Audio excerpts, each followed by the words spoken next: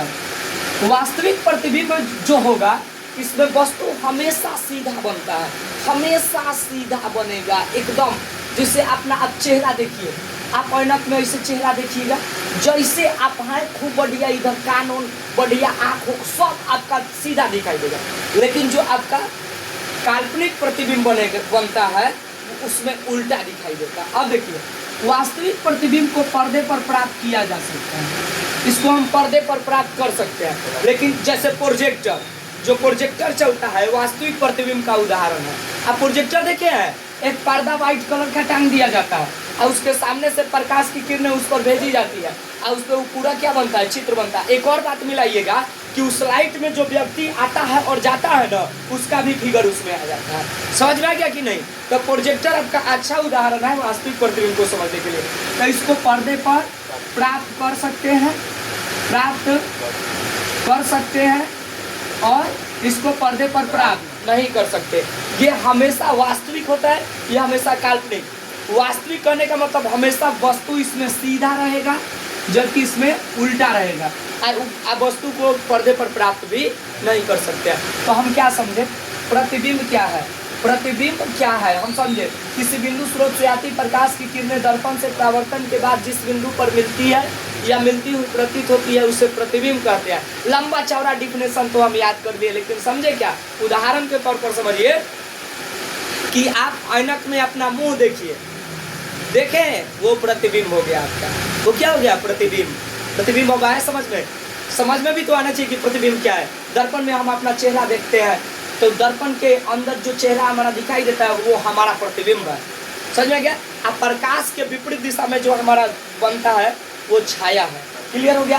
प्रतिबिंब के दो प्रकार, एक वास्तविक प्रतिबिंब और दूसरा काल्पनिक प्रतिबिंब। वास्तविक को पर्दे पर प्राप्त कर सकते हैं जबकि काल्पनिक को पर्दे पर प्राप्त नहीं कर सकते हैं। क्लियर हो गया? प्रतिबिंब का लफड़ा खत्म हो गया।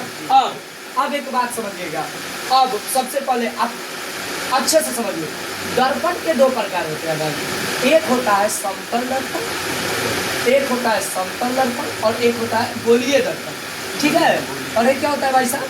गोलीय दर्पण। अब बातें समझिएगा, जो समतल दर्पण है, जो समतल दर्पण है वो बिल्कुल इस तरह से हो, इस तरह से समतल दर्पण है। आप पढ़े हैं प्रकाश के प्रवर्तन के नियम में, दिखाई दे रहा है ना समतल दर्पण। अब समतल दर्पण में जो है, आप अच्छे से समझिएगा, जो समतल दर्पण है आपका, इसमें वस्तु का प्रतिबिंब हमेशा सीधा बनेगा। पहला बात, सीधा बनेगा। सीधा बनेगा कहने का मतलब क्या है? सीधा बनेगा मतलब कहने का क्या है? एकदम जैसे वस्तु है और समझे बनेगा, टेढ़ टाढ़ उल्टा पलटा नहीं बनेगा। तो सबसे पहली बात हो गई कि सीधा बनता है। दूसरा, पूरा अगर आकृति देखना है किसी वस्तु का तो समतल दर्पण की लंबाई वस्तु की लंबाई की आधी होनी चाहिए। उसमें आपका पूरा आकृति, जैसे हमारा पूरा फोटो देखना है, सर से लेके पांव तक समतल दर्पण में देखना है, तो मेरा लंबाई है, लंबाई जितना है उस लंबाई का आधा समतल दर्पण होना चाहिए, तो उसमें हम अपना पूरा देख सकते हैं। समझ में आ गया? समतल दर्पण द्वारा हमेशा प्रतिबिंब सीधा बनता है, और प्रतिबिंब को पूरा देखने के लिए, प्रतिबिंब को पूरा देखने के लिए वस्तु की लंबाई की आधी लंबाई समतल दर्पण होना चाहिए।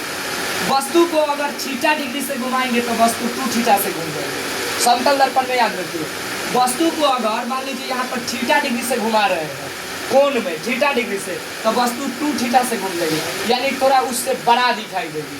समझ में आ रहा है बात? 2 थीटा कहने का मतलब क्या हुआ कि उससे बड़ा दिखाई देगी। समझ में आ गया?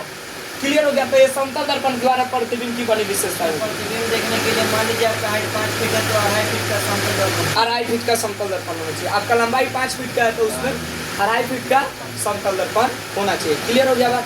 आगे बढ़े। अब हम लोग देखेंगे जो गोलीय दर्पण है, इसमें उत्तल दर्पण और एक देखेंगे अवतल दर्पण। ये अवतल दर्पण में प्रतिबिंब कैसे बनता है? ठीक है?